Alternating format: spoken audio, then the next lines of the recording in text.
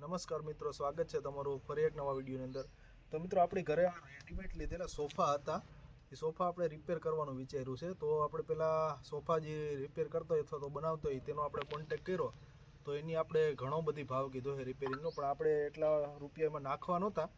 એટલે આપણે પછી એવું વિચાર્યું કે આપણે ઘરે જ આને રિપેર કરીએ.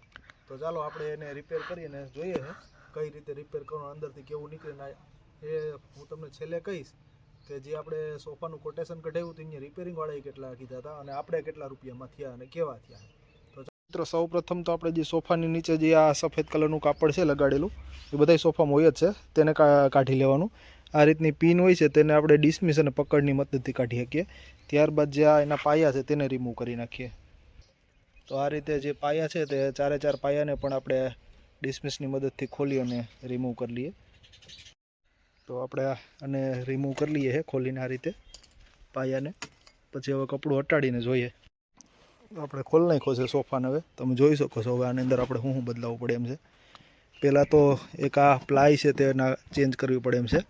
આ 4 mm જ ખાલી પ્લાય છે, એટલે આ ન ચાલે, મજબૂત નાખવી પડશે. અને હજી આપણે પાછળનું કાપડ છે તે ખોલીને જોઈએ. આ નીચેનો ભાગ છે, નીચેથી આપણે ખોલ્યું છે. પહેલાં પાછળની સાઈડ જે કપડું લગાડેલું છે તેને આપણે હટાડી લઈએ. પાછળની સાઈડ જે કપડું મારેલું છે તે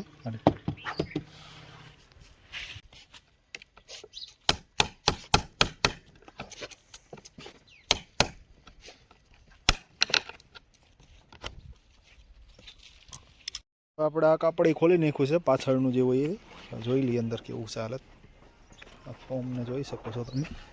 બધી હાવ કચરો જ વાપરે છે રેડીમેડવાળા. તો હાલો હવે આપણે રિપેર કરીએ. હવે આપણે એ કર્યા પછી આપણે હવે આ કાપડ કાઢવા માટે પાછી આપણે આ બધી પીનું કાઢી એટલે એ બધી આખું સોફો છે તે ઓપન થઈ જાય. અને પછી આપણે એની અંદર નવો ફોર્મ અથવા નવી સીટ જે કંઈ નાખી હોય એ નાખી શકીએ. તો હવે આપણે સોફો ખોલી નાખ્યો છે અને જોઈએ હવે આપણે એની અંદર શું પ્રોબ્લેમ છે. આ સીટ છે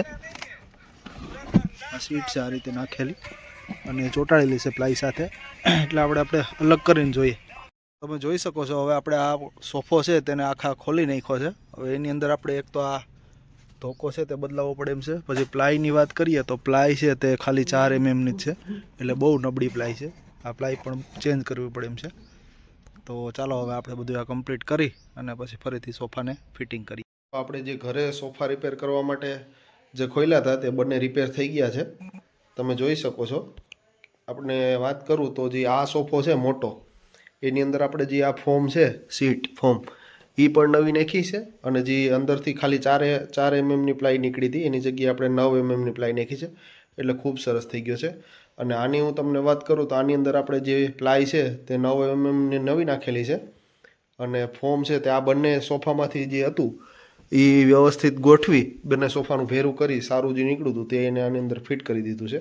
હવે હું તમને એનું કોસ્ટિંગ કહું છું કે આપણે રિપેર કરવા જ્યાં પૂછ્યું હતું ત્યાં કેટલા રૂપિયા કીધા હતા અને આપણે આ કેટલા રૂપિયામાં થયા છે. બંને સોફા છે તે રિપેર કરી લીધા. આપણે ફિટિંગ તમને નહોતો બતાવી શક્યો, વિડીયો નહોતો બની શક્યો.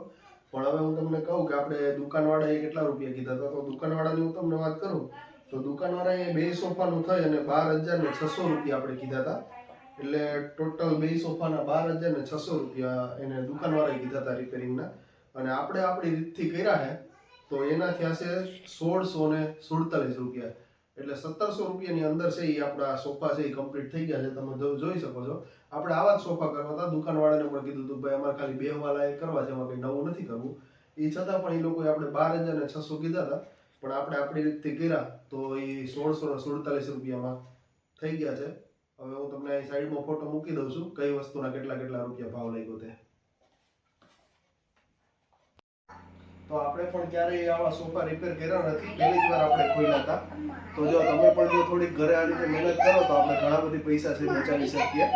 જો આપણે કારીગરે 12,600 રૂપિયા કીધા હતા એના બદલામાં આપણે 1,647 રૂપિયામાં જ કામ થઈ ગયું છે. તો થોડુંક આવું ઘરે પણ આપણે કરવું જોઈએ.